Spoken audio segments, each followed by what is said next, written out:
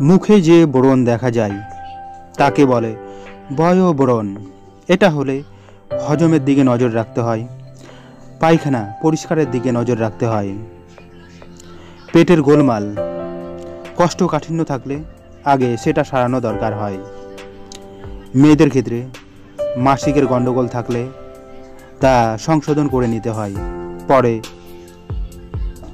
শিমুল কাটা দুধের সঙ্গে পেষে ব্রণে প্রলেপ দিলে ব্রণ ভালো হয়।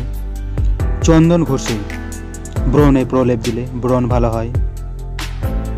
হরিতকি ও নিম পাতার চূর্ণ অথবা হরিতকি আর আমলকির চূর্ণ সমান মাত্রায় মিশিয়ে 1 গ্রাম মাত্রায় দিনে 2 বার জল দিয়ে সেবন করতে হয়। এটা কিছুদিন খেলে মুখের ব্রণ কমে যায়।